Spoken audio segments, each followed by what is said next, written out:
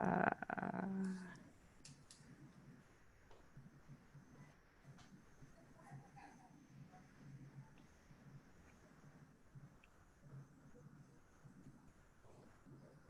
we are recording already, ladies.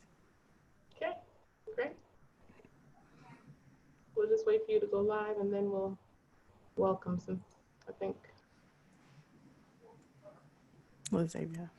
Okay.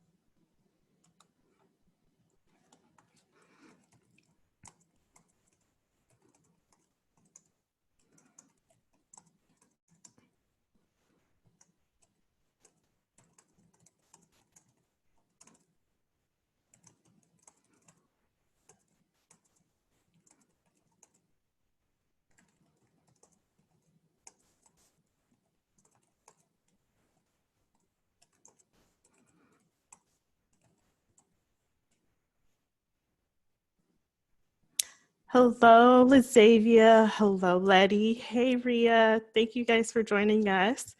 We're just going to wait a couple more minutes for others to get the opportunity to join, and then we are going to get started.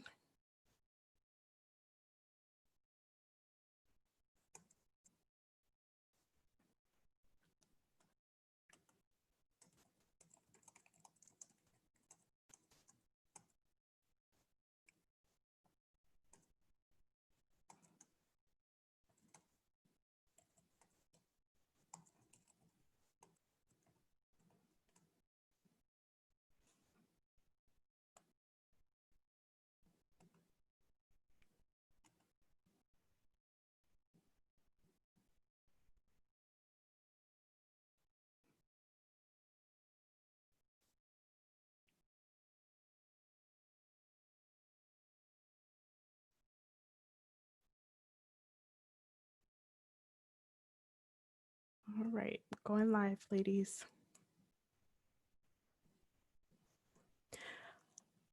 All right. Well, welcome again to you all. We are super excited to have you guys join us this evening for our third session in Just for the Health of It. Today, we are talking comfort foods, and I am crazy excited because all the things that are listed on the menu tonight, fried chicken, greens, mashed potatoes, pound cake are all like my favorite foods. So I am super, super, super excited. I am DeAndrea Barber. I am the Family and Consumer Science Agent in Clayton County with UGA Cooperative Extension. For those of you who are not familiar with UGA Cooperative Extension, we've been around for over 100 years. And basically, we are providing research-based education and knowledge to the public, you guys, on many different program areas, such as agriculture and natural resources, 4-H, youth development, and family and consumer science. So we are basically, you see here, those three beautiful ladies you see here are our family consumer science agents in Clayton County and Bibb County. And we are just super excited to have you guys here. So it looks like our friends kind of already know about UGA Extension because those who are joining us this evening are our colleagues. So we appreciate that. But for those of you on Facebook Live, if you guys have any questions about what we do, how we do it, we have county extension offices in 159 of the counties in Georgia. That's all the counties in Georgia. And we provide information on a regular basis. And although there's a quarantine going on, we are still here, as you can see. And we're still providing more information every single day. So if you're not in Georgia, there's also different locations out of state. There's different extension offices out of state as well. So we are happy to just share the information that we have today.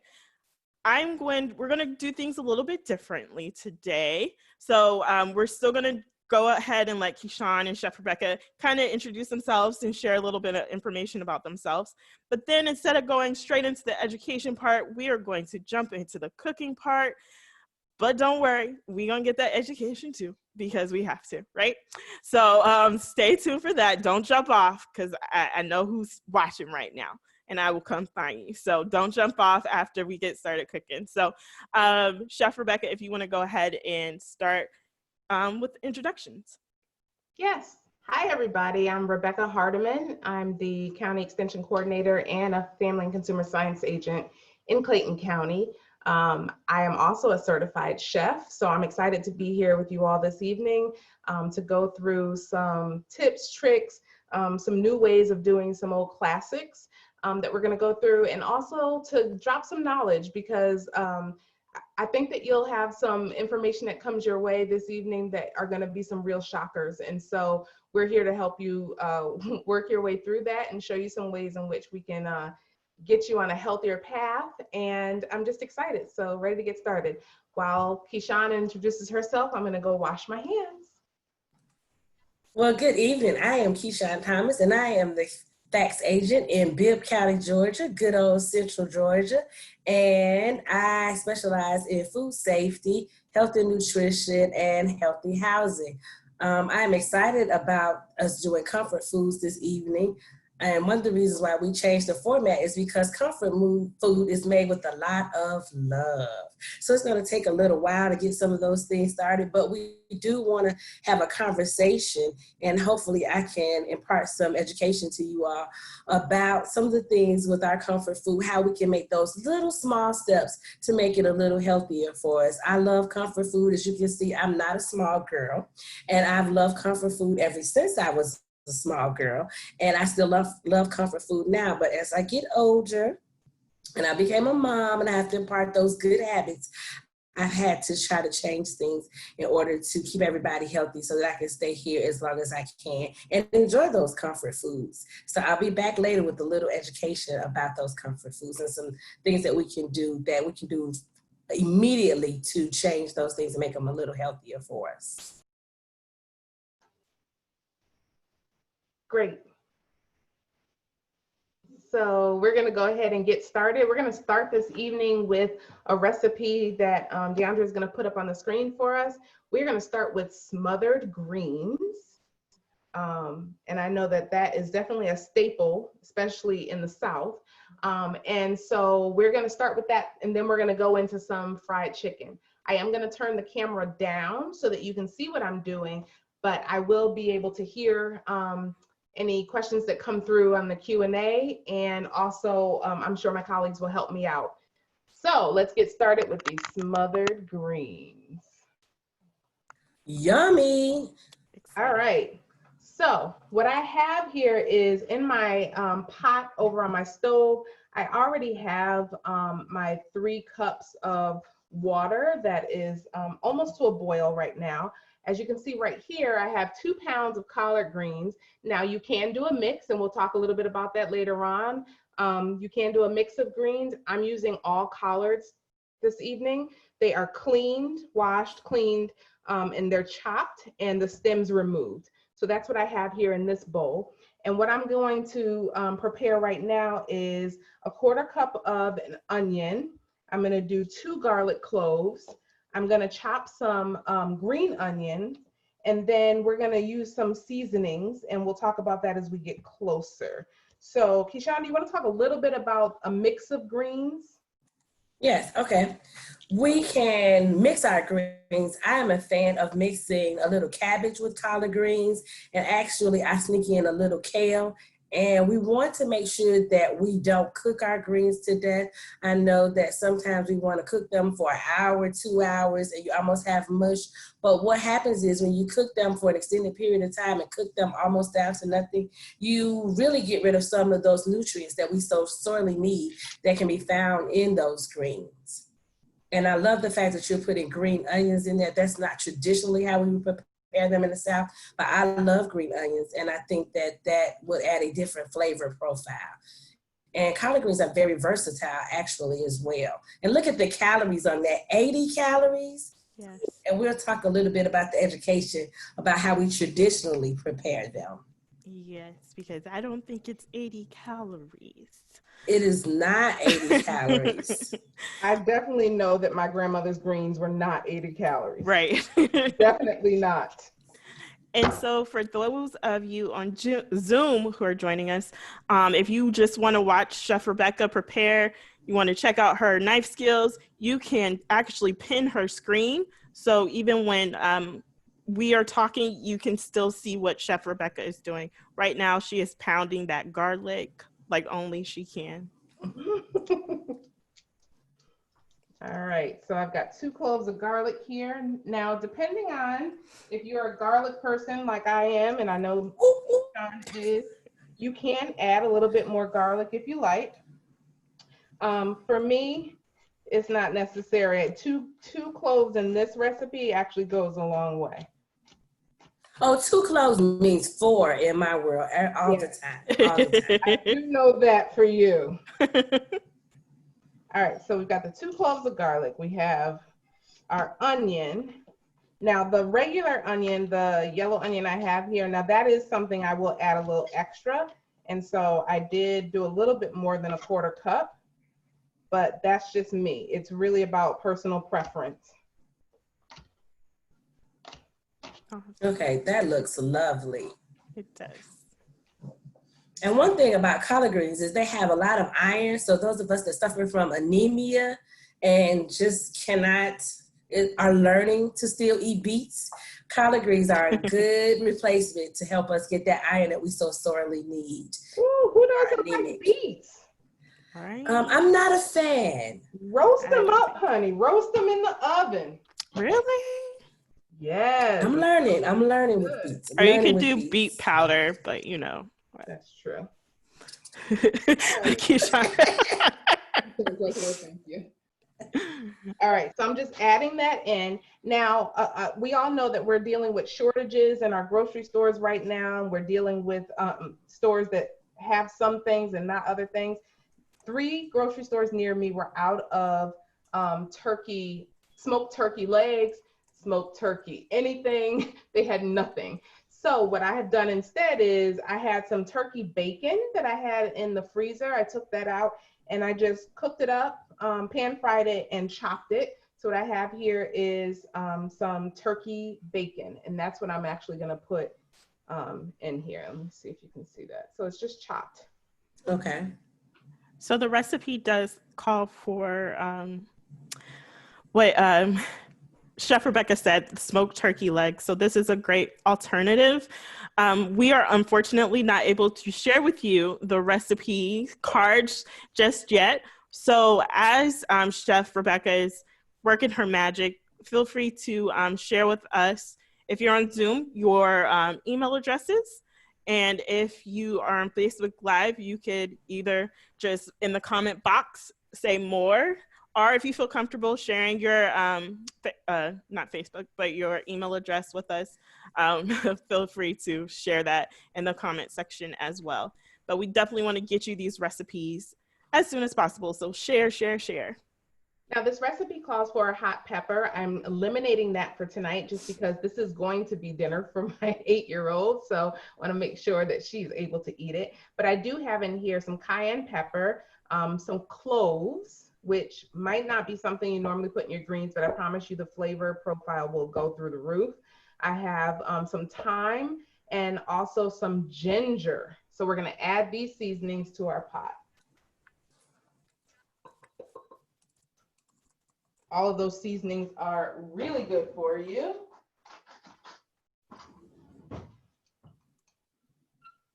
And the thing about having smoked turkey as opposed to what we traditionally put in there, like the pigtails and ham hocks, turkey is a lot leaner. Now, it still has sodium in it because it is a smoked meat and you use the sodium to help to cure the meat, if you will, but it has a lot less sodium than our traditional pigtails, hog jaws, and all of those things that we love to put in greens, string beans, and our vegetables. Awesome. And now I'm just going to go ahead and add these 2 pounds of greens to the pot. We're going to get that going. It's going to cook down for 20 to 30 minutes.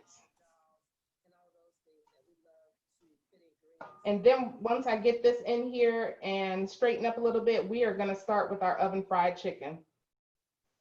Now, it looks like a lot of greens, but we all know what greens do, right? Yes. The shrinkage is real. So real. Just like my hair. And I am loving that cookware, Chef Rebecca. The colors are very pretty. Well, thank you very much. Can you guys tell I'm a gadget person? Yes, I love my cookware, my gadgets. All right, so we've got that going. So while she's doing that, I'm going to go ahead and put on the screen the recipe for the oven fried chicken so you guys can check that out. All right. What I have here is a baking sheet that's just covered with foil. I'm going to spray it with some nonstick cooking spray. You want to spray it kind of generously. And then I'm going to let that sit aside for a second. Essentially, what we're going to make for our fried chicken is a dredging station. I'm not sure if you all use a dredging station. A lot of people don't cook fried chicken at home. They buy it out. And we'll talk about that later and what you get with that. But I am going to set up a dredging station. So I'll show you what that looks like.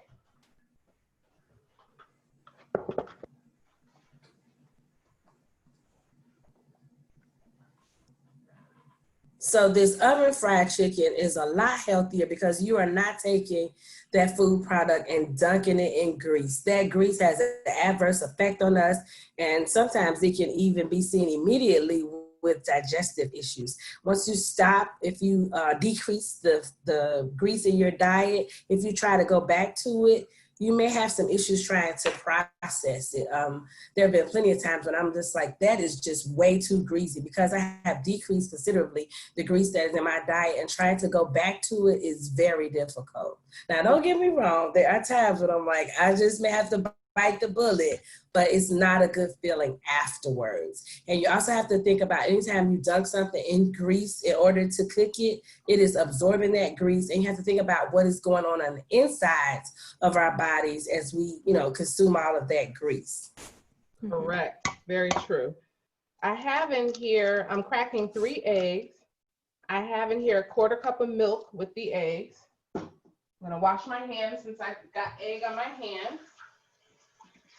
So while she's washing her hands, it looks like one of our attendees has a question, Robin Aaron. So Robin, if you could, in the Q&A box, if you could actually type up your question, and we'll be more than happy to answer that for you. All right, so I'm just gonna give a quick whisk of the eggs and milk.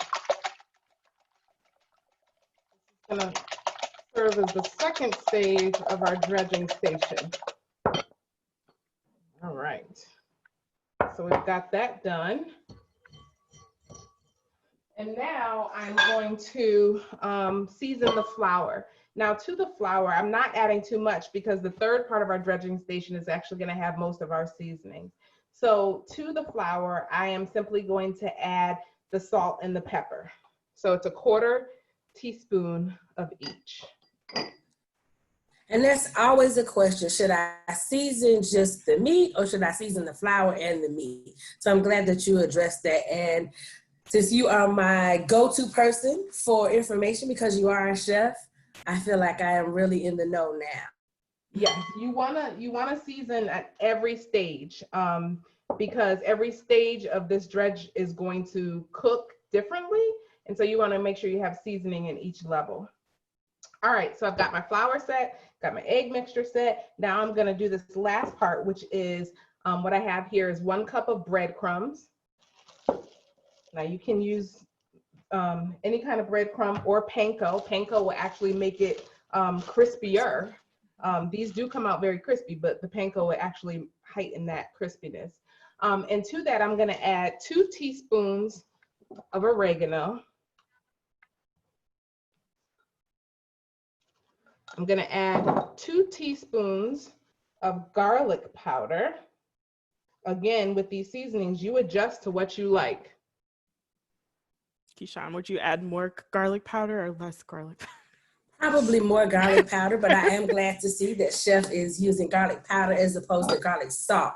We Great. talked last week about changing from garlic and onion salt to the powder and how it can, help us with, because a lot of people suffer from high blood pressure. My husband actually suffers from it in my household. So that has kind of forced us all to address how we eat and to kind of help him out, because I'm not making 2 meals. Right. I can tell you that Amen much. To that. I'm adding 2 tablespoons of Parmesan cheese. And then I'm just gonna mix it all together. And now we have our dredging station. So first stage of our dredging station is the flour, then we have the egg mixture, and then the breadcrumbs. So what I'm gonna do is bring our cooking sheet over here. I'm gonna grab our chicken out of the refrigerator, and then we'll get started so we can get this in the oven. And also keep in mind that cheese, the Parmesan cheese, it has a small amount of sodium in it as well. So as we are building our flavors, we want to make sure that we are careful about how much sodium we're actually putting in. Notice that it was a very small amount of sodium that she added to the flour with the black pepper as well. So it will be nice, because I'm a seasoning girl as well. I cannot take bland food.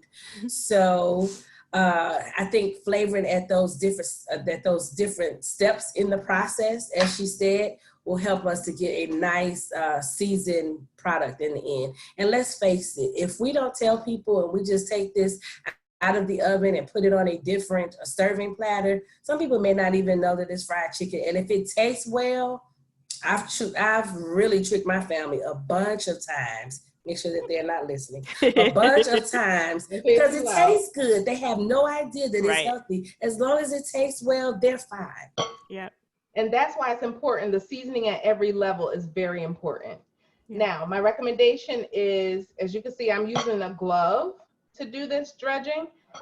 If you do not have a glove, I recommend that you use tongs, something that protects you from the raw meat. That's just my recommendation. It's really about my comfort level with the glove. All right, so now I have put the chicken. I'm using chicken legs. Again, we talked last week about using what's there, and this week the legs were on sale, not the thighs, so that's why I got legs. One thing to keep in mind is you want to make sure that your pieces that are going to go in the oven at the same time are of uniform shape and size. You don't want some cooking faster than the other, because it's going to be very hard for you to test all these pieces at one time. So when you use something that has a uniform shape and size, it's a little bit easier. So I've now put it into the egg, and it goes into the breadcrumbs. You don't need it in there a lot for a long period of time. It's really just to get it to all stick. Awesome. And so even with all this seasoning, this recipe only has 190 milligrams of sodium compared to if we were going to go to a commercial place. I was trying not to name specific places. A commercial restaurant where we would get some fried chicken, and that has 700 milligrams of sodium. That's just one piece of chicken. So I know we typically get multiple pieces of chicken, or I do. So that just continues to add up. And I know Keyshawn will talk about that a little bit more in the education part of tonight. And let me be honest with you, a lot of the places that sell fried chicken, the reason why it tastes so good, the 2 big reasons is because it's fried in oil, and oil tastes good. Let's just be honest, right? And the other reason is because they use a lot of salt. But what we're trying to show you is that you can get flavor without using so much salt, because really you're just looking for flavor. You're not really wanting the fat or the sodium. And also, we want to make sure that we make these small changes prior to, well, we have made a conscious decision to do so. Right. It is a lot different when you're faced with a medical emergency, God forbid, and a physician tells you you have to change your eating habits, or this will happen to you, or you will get a chronic disease, or you're at risk for getting a chronic disease. So it's a lot easier to make up your mind and say, hey, I want to live healthier, I want to eat healthier, and to do this on your own than if you are forced to. I've seen a lot of people that just could not make the change, and they have suffered from it by having one or more chronic diseases and having to manage them.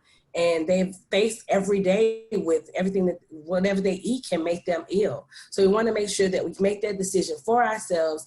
And again, we discussed last week, making it at home can also help us to control those things like sodium and fat and sugar, all the things that, you know, quite frankly, make us ill. Right. And we also want to do it for our families, because we know that most of what we do as adults is what our children will follow, just because of the nature of parenting. And so if we make changes and do some things, even if it's small changes, those don't go unnoticed with our kids. I remember when I started drinking more of the fruit water, my daughter started drinking more of the fruit water as well. It became a family thing. So just remember, sometimes it's not just for you. Other people are watching. Yes. So we actually have a question regarding on Facebook regarding air fryers, which is now all the craze right now. So one of our attendees would like to know, what is the feedback on air fryers in the market? I actually just got an air fryer. I did not have one for a long time. I just got one, and I've probably used it. I probably had it for 3 weeks, and I've used it probably a good 7 times. Air fryers are a great way of getting a crisp or getting the foods that you would normally have fried without all of the fat. So I say go for it.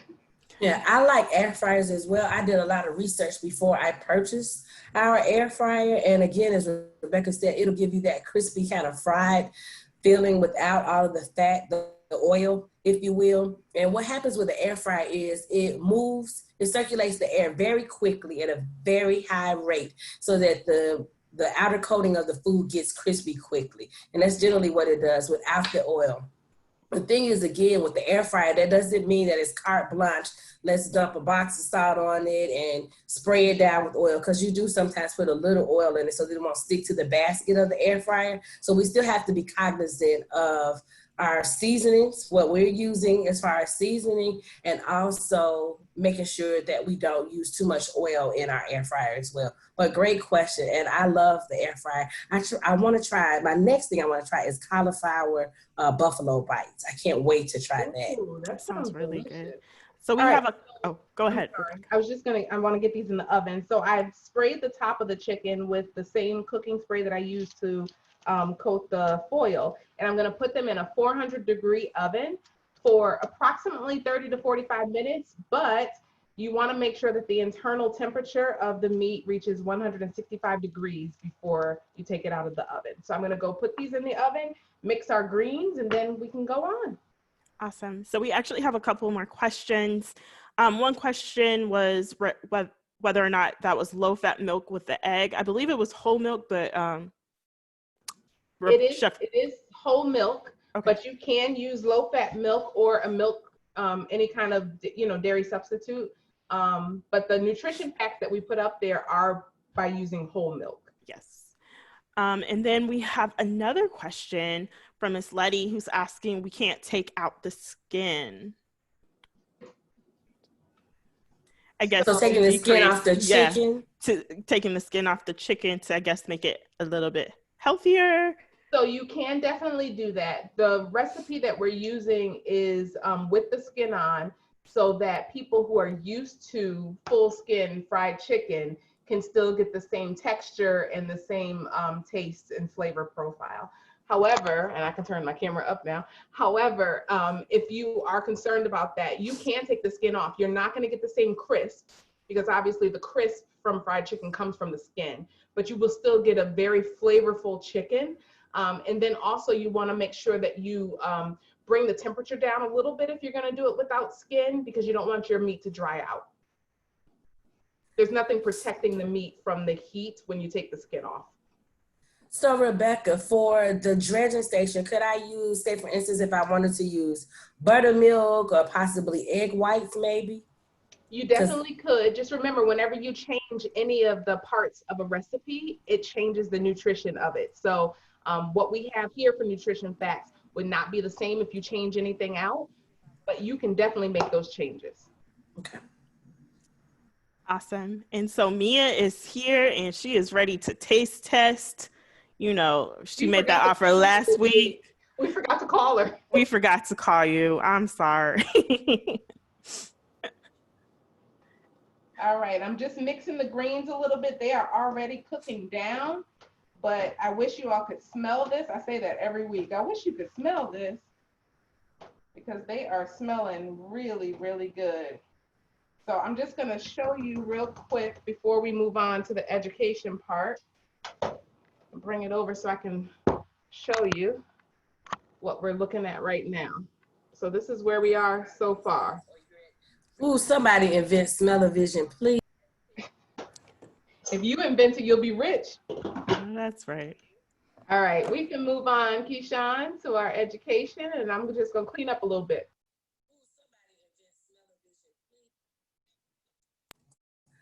Okay, so here's the old lady trying to figure out how to share my screen and my PowerPoint. So here we go. Okay, so as we wait for our chicken and our greens to finish cooking, a little word about comfort foods. So comfort foods are a staple, particularly because they invoke so much emotion and good memories. So I wanted to start off with a good memory and emotion of my own. If I ask you guys to think back right now to your favorite dish that your grandmother or mother made, I'm sure you guys could name it right away.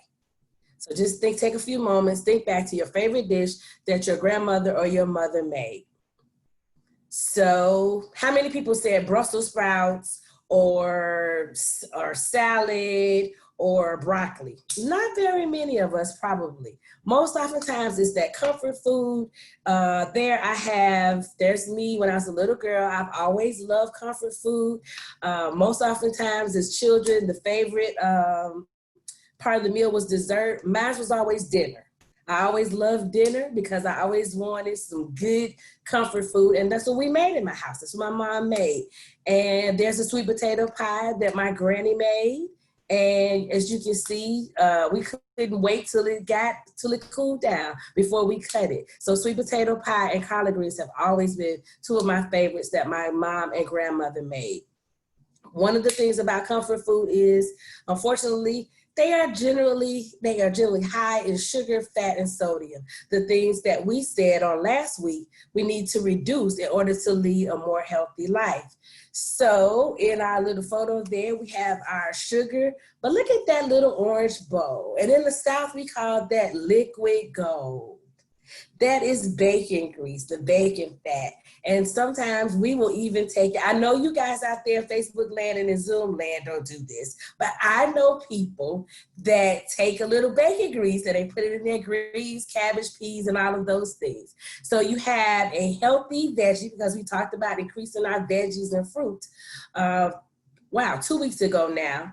But then we've added the fat back into it by adding bacon grease to it. So we want to see, can we decrease some of those things? Now, does fat have a role in our diet? Of course, fat has a role in our diet. It helps us to absorb some of our nutrients, and it also serves to get us full, to help us to feel satiated and full. That sends that signal to your brain, hey, I am full. The problem is we get way too much of it. We get way too much fat. So I wanted to read to you guys a definition of comfort food. The definition of comfort food is food prepared in a traditional style, having a usually nostalgic or sentimental appeal. Food that is satisfying because it is prepared in a simple or traditional way and reminds you of home, family, or friends.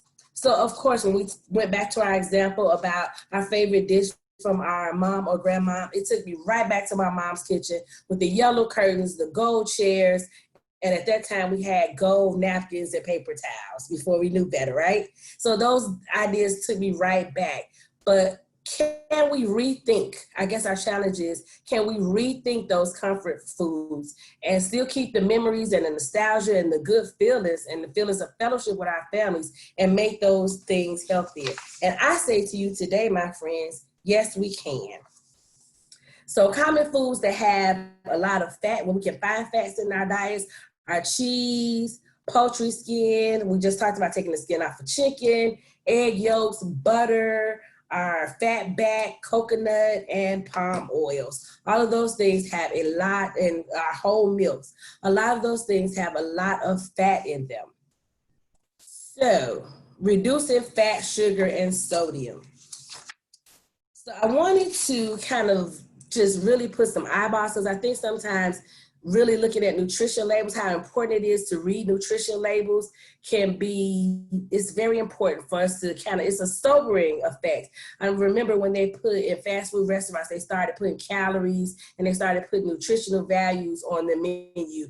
And it kind of makes you look like, whoa, I really don't want to eat 1,600 calories for lunch. So it's a sobering thing, and it's a stark visual. So on this visual here, this is the nutritional value for our, this is the nutritional value for our is that mashed potatoes or greens? I believe it's greens. I should have put the label on it. That is for our greens. This one's green. Okay, that one is for the greens. Thank you, Rebecca. That's for the greens. But if you would look at the calories, the difference in the calories, that's 895 calories. And look at the serving size. The serving size is very important. And we're going to talk about that in a few minutes when we talk about portion distortion. But the serving size is very important. And a lot of times our servings are completely out of balance. So say, for instance, I get really crazy. I go and visit mom, and I haven't had mom's greens in so long because we've been under quarantine, and I double up. And I said, I'm really going to just, caution to the wind. And I am going to get a heaping serving or 2 servings of greens. This could be $8.95 times 2. And this is the nutrition label with ham hocks. I asked Rebecca to do a nutrition label with ham hocks. The one on the right is the one with our smoked turkey. So while the smoked turkey still does have sodium that we talked about earlier, it has a lot less sodium. So my husband has high blood pressure. We've mentioned that. Look at the sodium content for the one with the ham hocks, 2,770 milligrams of sodium. That is way above what we're supposed to have for our daily. And that is not even if you have special stipulations like kidney disease, high blood pressure, or if you're African American or over the age of 60. So you have blown your sodium intake in one dish. So who's going to just eat greens?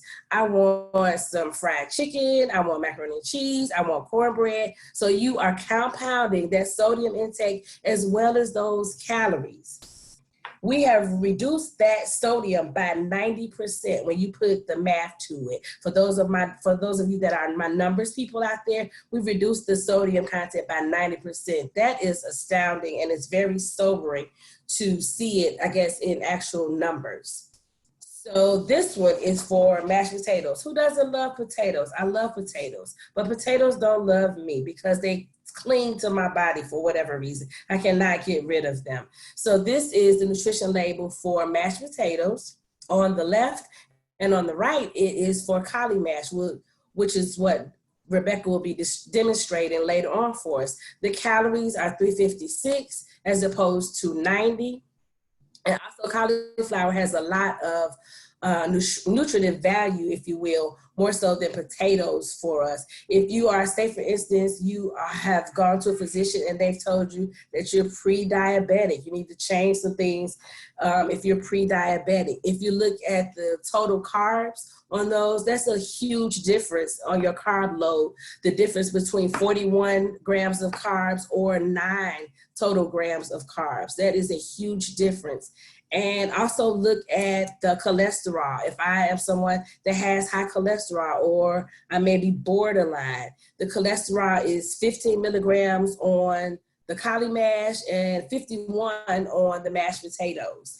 And again, the serving size. Say for instance, and I think on this one it is, serving size is probably like, it's generally like a cup maybe.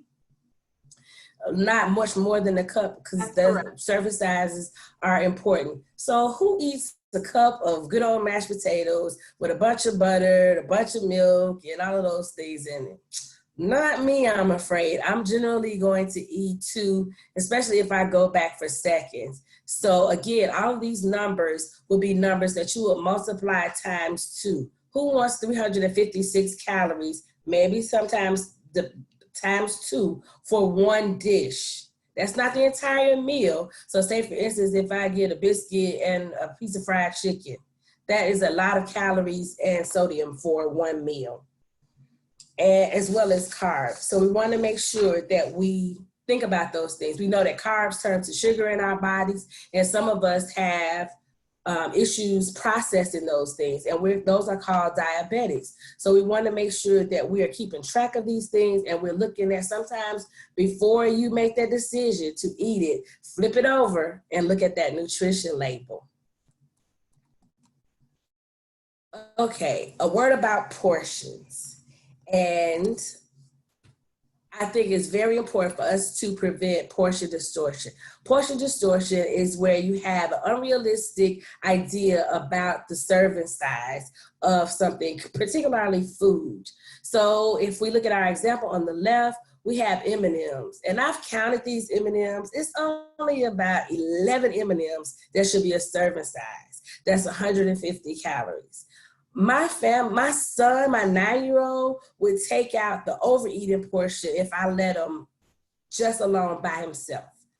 I love potato chips, you all, but I realized that I just cannot eat potato chips the way I probably would eat them, because I don't have self-control. So I don't buy them as often. And if I buy them, I buy a small bag. But look at the serving size. Look how small that saucer is as opposed to that larger dish.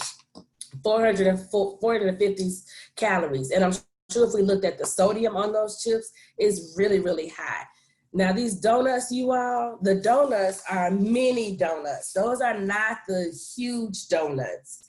So it's only 3 on that plate. So we are overeating if we eat 5. And how many of us have gotten a bag and we're sitting in front of the TV binge watching, and before you know it, it's 1 left or it's none left. It's kind of easy to do, and we don't think about it. So we want to make sure that we have a good idea of what a serving size is. We have to learn to cut it off. We are consuming way too much food. So we have a few tips about how we can prevent portion distortion. One thing is we have to stop going back for seconds, you all. Generally, once we make our plate, and that doesn't mean fill the plate where it's falling off the side so that you don't have to go back. That means that if you cut back on the seconds, because generally, say for instance, if I eat dinner at 6, by 10 o'clock, I know I'm eating something else. I have to have that bedtime snack or that dessert or something. So that 1 plate. Also, if we have that large size of whatever our chosen snack is, take a small portion out, the serving size, like for instance, if it's chips, take that serving size out and leave the big bag in the kitchen. It is very dangerous to have it on the couch next to you. You guys may have self-control, but Keyshawn does not. And before you know it, I've eaten a family-size bag of potato chips or a sleeve of crackers, or the entire thing of the snack cheeses. So make sure that you take a small portion out and you eat the appropriate portion size. I always encourage us to drink a cup of water prior to a meal or a snack, and also afterwards. That water will fill you up as well, and it'll help to keep things flowing. A lot of times we are not necessarily hungry. We're eating because it's there. Move a little. Physical activity is still important. After we've eaten these comfort foods and we may have overeaten, we may have practiced a little portion distortion. So it's best for us to get up and get moving. If we don't do anything but walk around the house or walk to the end of the block, walk to the stop sign, walk to the mailbox, it can help prevent a lot of chronic diseases.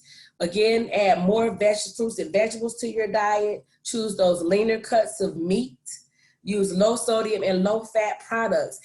I have changed mayonnaise. I've changed the low fat whipped topping. I've changed the chicken broth. All of those things are low sodium.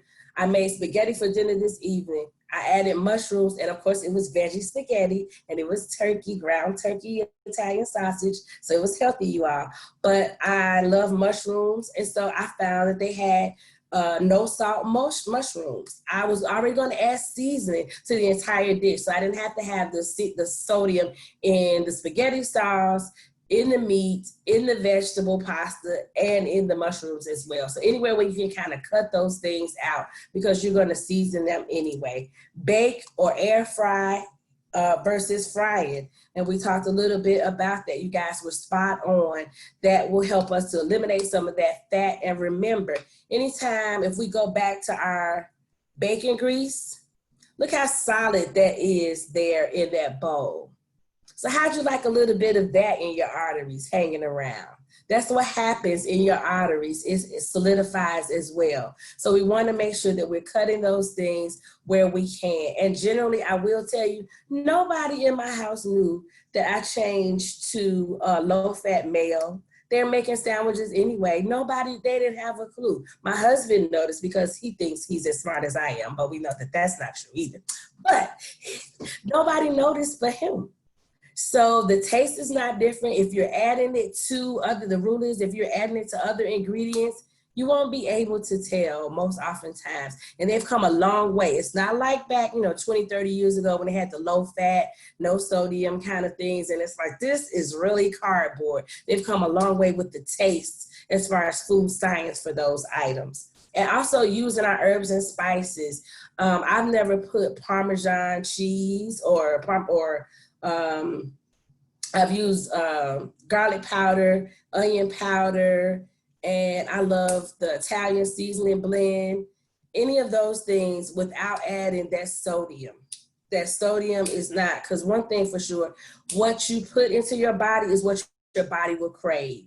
And if you eliminate those things, I really had to cut back on the sodium because after my husband was diagnosed with high blood pressure, I'm like, I do not want to have both of us on pills with high blood pressure. So I cut back for him and for myself. And sometimes I went to my favorite restaurant about 2 months later, and I'm like, this is really salty because I had eliminated those things or really decreased them from my diet. And when I went back, I thought, wow, this is really salty. The same thing with sugar. Now, I'm a Pepsi girl. I know we're in Coke land, but I love Pepsis.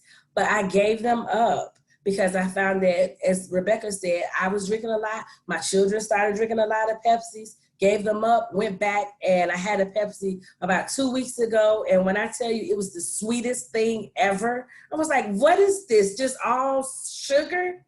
So if you can tell the difference if you eliminate those things or at least decrease them in your diet.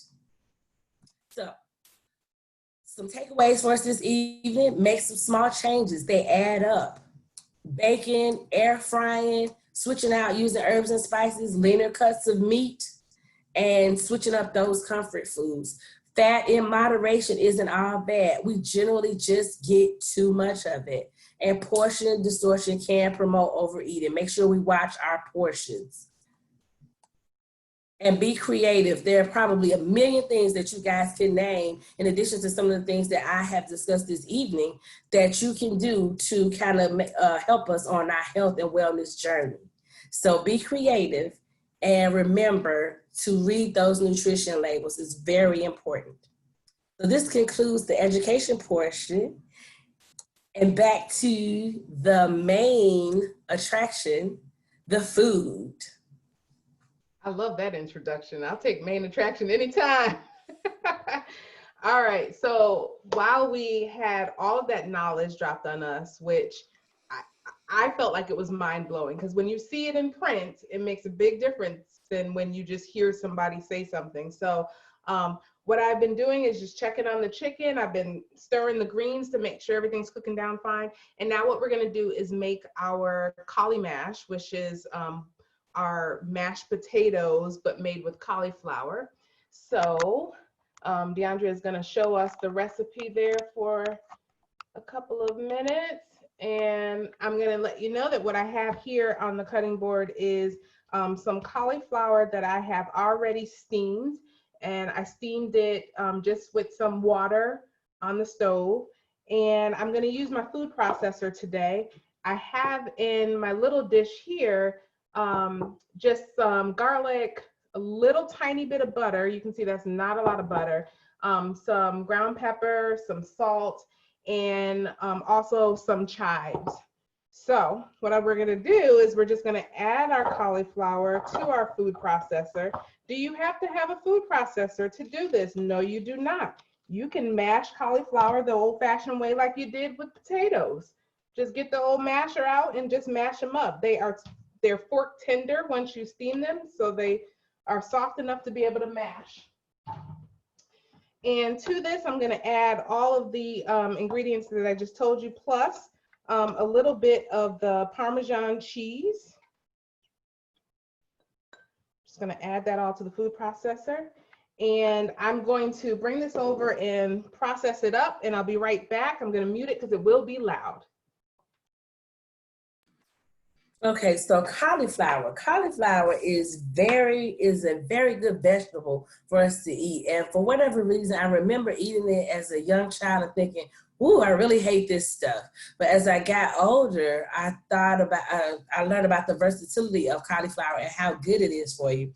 Cauliflower has a lot of potassium, it has a lot of iron, so again, for our anemics, but it also has properties that will help us to decrease our insulin resistance. And I know a lot of people are diabetics or pre-diabetics and suffer from. Also, cauliflower is a good substitute as far as carbs.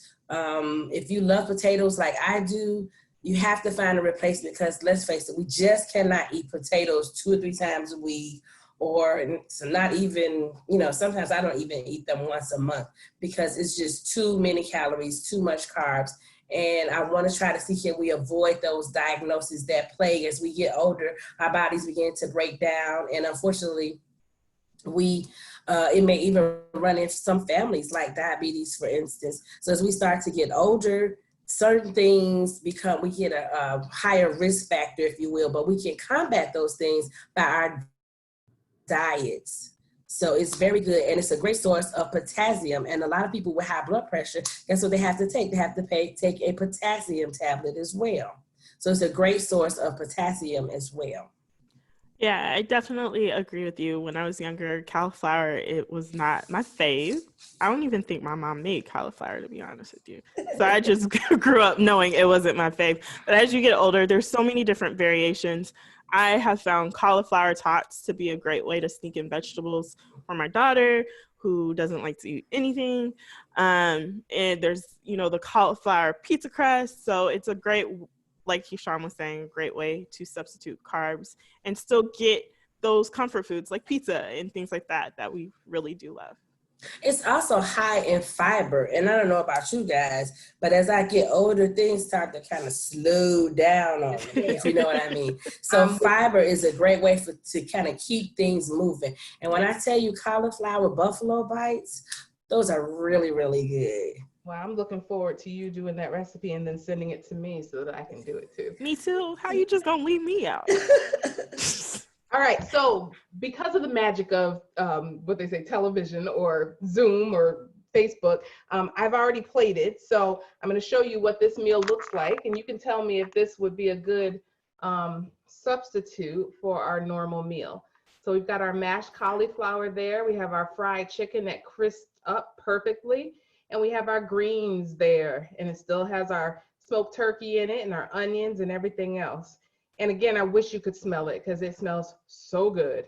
It looks so good. When I tell you that chicken looks super crisp and Right? juicy, yes. It is crispy, I'm telling you. I mean, you can hear So the hungry. crunch.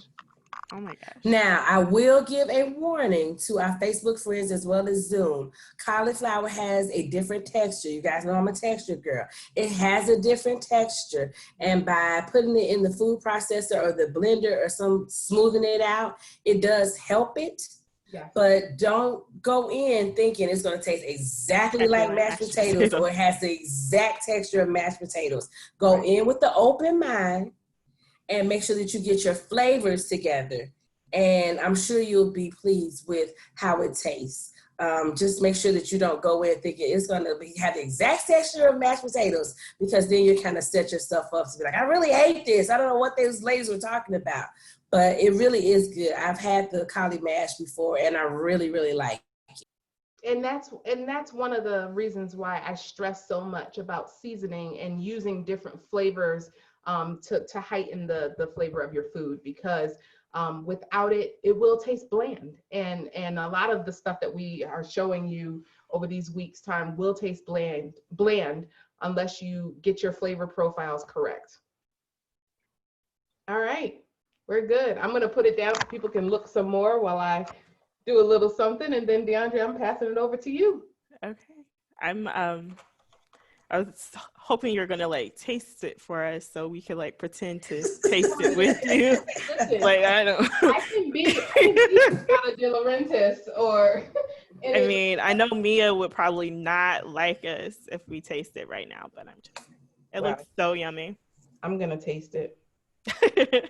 Okay, it does look excellent. You know what I get right away? Garlic and garlic. I knew it. Yes. That's good. That is good. All right, let me try these greens.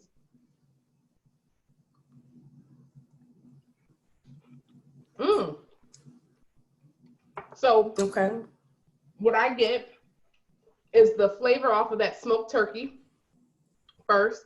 Then I get the onion flavor, but I would add that hot pepper if I wasn't going to use, my 8-year-old's going to eat it. I would definitely add the hot pepper for a little bit of heat, but the seasoning is right on. Oh, come on. We're in Georgia. I'm going to add a little pepper sauce to that and kick it up a notch. Yes, ma'am. My daughter may be a Georgia peach, but her mama from the north, so. Oh my! Who doesn't have good old pepper sauce in the refrigerator? That's true. I am learning. I'm still learning. Been here a little while, but I'm still learning. All right, so I am gonna show you the inside of this chicken so you can see that it's still. Let's see if I can show you that. Wow. Oh, wow. So yummy. So again, we need to make sure that those pieces are uniform in size. So it's probably not best to use the entire cut up chicken for this dish. That is correct. We save that for stewing.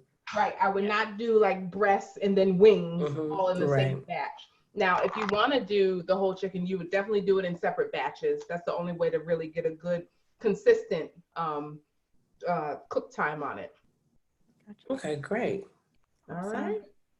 So, I mean, we can't go through a whole comfort food session and forget about dessert, right? Dessert is my fave. And pound cake is my favorite. My grandmother, my aunts are all dessert. My mom are all desserts people and really make amazing pound cakes. But Chef Rebecca has hooked us up with a pound cake, a lemon pound cake that is healthier than what we would typically find in the store, as well as grandma and grandpa's house, mom's house. So I'm going to share the recipe with you guys just for a little bit. So I had the opportunity to make this lemon pound cake today, and you'll see on the recipe that the ingredients call for white whole wheat flour, as well as low-fat Greek yogurt and low-fat milk.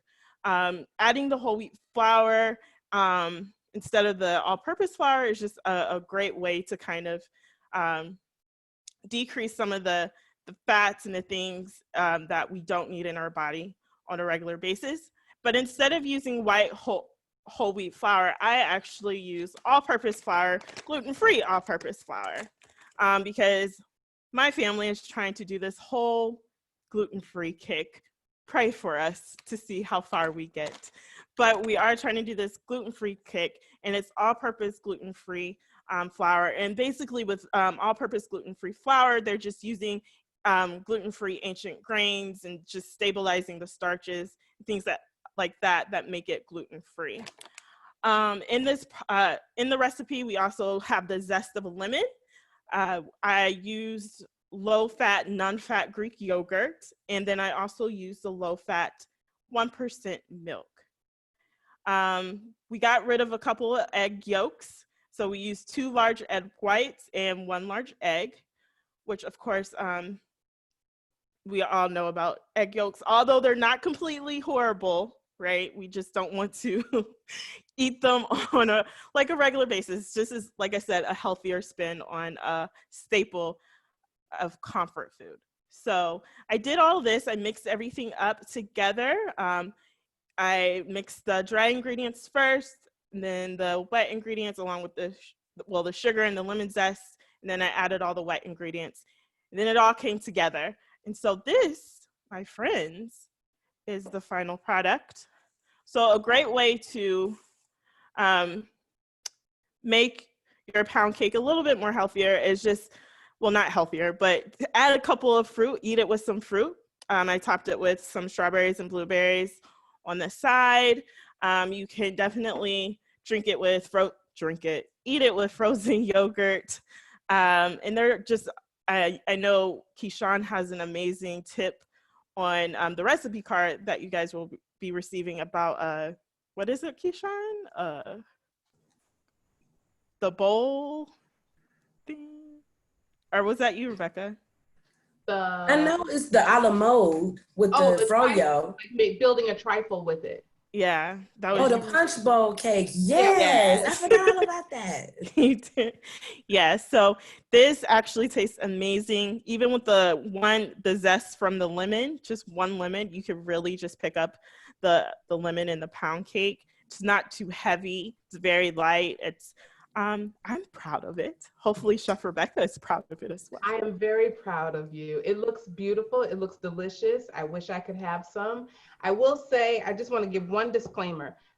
In all of this that we're doing and all the talking we're doing, we're not saying that it's not okay to have all the other things, because I know for sure that the next time I'm able to see my aunt in Connecticut, I'm going to have some 7-Up cake. However, for sure, when I'm not able to get to that 7-Up cake that I love so much, this is an alternative so that I can still get some of that flavor and the taste and of course the memories that we've been talking about, but still be able to cut back on the sugar and the fat. Right. I will say by using the gluten-free all-purpose flour, it didn't rise as much as it could have or should have. So using the whole wheat flour may make a big difference, or even just using the all-purpose flour. But again, using the whole wheat flour will help us to get those grains in that we talked about in week 1. How can we increase our whole grains, But also I noticed on the recipe card, it is, I think, 2 egg whites and 1 egg. Generally pound cakes, and I know this from intense research, call for 4 to 6 eggs. Yes. And that is a lot of eggs, as well as, I think, 1.5 to 2 cups of sugar. Yeah, I was going to say this one only called for 3/4 cup of sugar. And I know when I usually make a pound cake, I put in like 3 to a lot of sugar.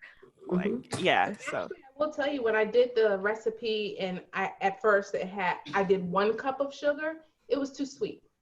I'm not sure if it was because of the balance of all the other ingredients, but I'm telling you, you add some fresh fruit like DeAndrea did, or even some fat-free whipped topping. I mean, you're not really going to miss all that sugar. Yeah. Right. And this is perfect. It tastes like grandma's pound cake. Like, it's great job, Chef Rebecca. Right. So while this may not be the pound cake I make for Christmas dinner, I certainly can make it a couple of times this summer for just my family. If we need a quick, dessert, we just want something sweet and I don't want to blow our caloric or sugar intake. Yes, exactly. And so along with dessert, we can't forget about drinks, right? I am a sweet tea fanatic. I love me some sweet tea. Zaxby's, McDonald's, it doesn't matter. If it's sweet, it's all me. But we all know that sugar, sweet tea consists of a lot of sugar. And so Keyshawn just kind of told us about the importance of reducing that sugar intake and that salt intake. And so a recipe that I found for homemade sweet tea. So it's typically, you can take seven individual packets of green tea or black tea, whichever tea you prefer. You'd, boil about 4 cups of water. Then you'd put the 7 individual packets of tea in there. You would take it off of the oven, the stove. Then you'd add like a 1/8 of baking soda. I know you guys are like, why are we adding baking soda? Does anybody know? Oh, I can't chat. So 1/8 of baking soda. So we add the baking soda because steeping so much tea creates a bitterness. And so that baking soda kind of balances out that bitterness. So you won't get that bitter. Have you guys ever tasted like tea that is just too bitter? That could possibly be the reason why. They should have added some baking soda to kind of balance out that bitterness. And so after I add the baking soda and take the tea packs out, I let it steep for 15 minutes. And then I add 1/3 cup of honey. So I use the raw unfiltered honey. They suggest using the raw unfiltered honey because raw honey actually, you'll have more of the health benefits of honey. So you get the nutrients, the minerals, the vitamin C, I think it has E, like it has a long list of health benefits. So when you use the raw honey, you're more prone to get some of those minerals and things like that. Not saying you can't use the honey in the bear jar. Please use what you have. Just know that you're not getting as many of the health benefits that you would get in with the raw honey.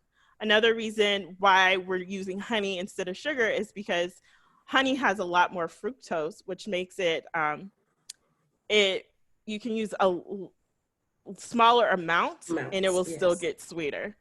Well, not sweeter, but sweet. So you can use less honey than sugar and it will still be just as sweet as if you were using sugar. So I added the honey, 1/3 cup of honey, raw honey. If you have the bear, use the raw bear, not the raw bear, but the bear. And then add 4 cups of cold water, and then you can put it in the fridge and let it set for a little bit, and then you will have sweet tea, just like that. It's awesome. Serving it in the good old-fashioned mason jar. I know, yes. So Southern. And it looks just like sweet tea that you would use. That you would use sugar in. Now, for my people that are diabetics, you can also use a sugar substitute. Like, say, for instance, if you wanted to use Splenda. I know I have some of my clients that are fans of stevia. So, whichever your sugar substitute is, but moving away from just that refined white sugar and how much we put into it. When DeAndrea said that we put a lot of sugar into sweet tea, I was thinking to myself, I've seen several family members make sweet tea, and it's not, this, I'm going to measure, this is a cup of sugar. It's generally, pour the bag in until the dust comes back, and okay, that looks about right. And then, you don't have any idea how much sugar you're actually using. So again, it's kind of that portion distortion when you really look at how much sugar you put into, say, for instance, a gallon of sweet tea. Right. So today, actually, the average American eats almost 54 pounds of added sugar in 1 year. That is equal to eating about 17 teaspoons of sugar every day. compared to 200 years ago when we only used to have 2 pounds of added sugar a year. And actually, we receive most of our added sugar, our sugar intake comes from the drinks that we drink rather than, the food that we eat. So it's important to think about. So I may need to slow down my sweet tea intake a little bit. But again, what you put in your body is what you will crave. If you get up and you drink coffee every day, for instance, and you're on your 17th cup of coffee by 10 in the morning, you need it every day to get going because your body will crave what you put into it. Yes. And that's so unfortunate. Because Rebecca is that person. Yes, I am that coffee person. So, I just checked the temperature of the second batch of chicken. So in case anybody wants to see what it looks like when it first comes out the oven, I'm actually going to pull this out and so you all can see it. And now introducing oven fried chicken. So for those of you who are actually in our first session, we talked about how much protein you should actually have on your plate. Does anybody remember? If so, put it in the Q&A or the comment section. Look at that beautiful chicken. You're making me hungry, Rebecca. We do thermal scans at the door. So if you're coming over. That looks really good. It does. Nobody remembers how much protein we should have? Nobody on Facebook either? No. Come on, Facebook people. Facebook family. Yes. Shondell. Graham says palmful. That's right. Your protein should fit in the palm of your hand. And if you're a man, it should fit in the palm of a woman's hand. So a half a rack of ribs does not fit there. A 20-piece does not fit there. Even if you stack them up, they should fit in the palm of your hand. And generally, oftentimes with our plates, the meat is the main character. And we are challenging you all to reverse that and make fruits and veggies the main character and make our protein just be a fourth of our plate. Yep, great job, Shondell. I wish I could give you a virtual high five. There you go. And Cassandra got it too. High five, right. Cassandra. Yes. Look at y'all. My work here is done. All right. So I think we are finished pretty early tonight. Whoa. But we want to say thank you guys so much for joining us. We are super excited to have you guys join us on Facebook and on Zoom. We have one more session coming up next week. This is our last session for the month of May, and we are talking kids culinary class. So please, if you have some kids, grab your ingredients and join us. Yes, because we're working on some really great recipes that you guys could do with your whole entire family, including your children. We will be approved. Yes. Please. And we're going to talk about, those picky eaters, trying to get children to eat some of those things that we know is good for them. We're going to talk about picky eaters, and we're going to talk about making sure that we include the entire family, because we do know, I don't know about you all, but I have 3 children, and they might not do as I say, but they certainly do as I do. Mm-hmm. Yes. So we're definitely excited about it. So bring the whole family, connect us to your TV so you don't have to hover around a laptop or your phone. And it's sure to be an amazing time. Please share with us your email addresses so that we can send you the recipes and also an evaluation link. So this evaluation will help us to get better. We want to get better for you. We are here to assist and provide knowledge and tips and things like that to you guys. So share with us your email address, and we will share with you the recipes as well as the evaluation. Please do the evaluation if you can. If you were here last week, I'm going to ask you to do it twice. If you didn't do the evaluation last week, do it twice. Yep. Do it twice, maybe 3 times. I don't know. But we just really want to hear from you guys and get feedback from you all, so we can get better and improve for you. Any last thoughts, Chef Rebecca, Keyshawn? If they do the evaluation, if there's a class that you'd like to see, or a topic or a recipe that you think we can build a class around that you'd like to share with us, go ahead and put it on the evaluation and we will explore it. We are looking for topics for future classes. It seems like you guys are enjoying these. So we're looking for topics for future classes. So go ahead and add it on the evaluation. And don't forget to grab those kids for next week. If not, I can send you guys some if you need some. If you need loaner kids, I can send them to you. I have a 3-year-old. Yep. I can share. I'm not afraid to share. I promise.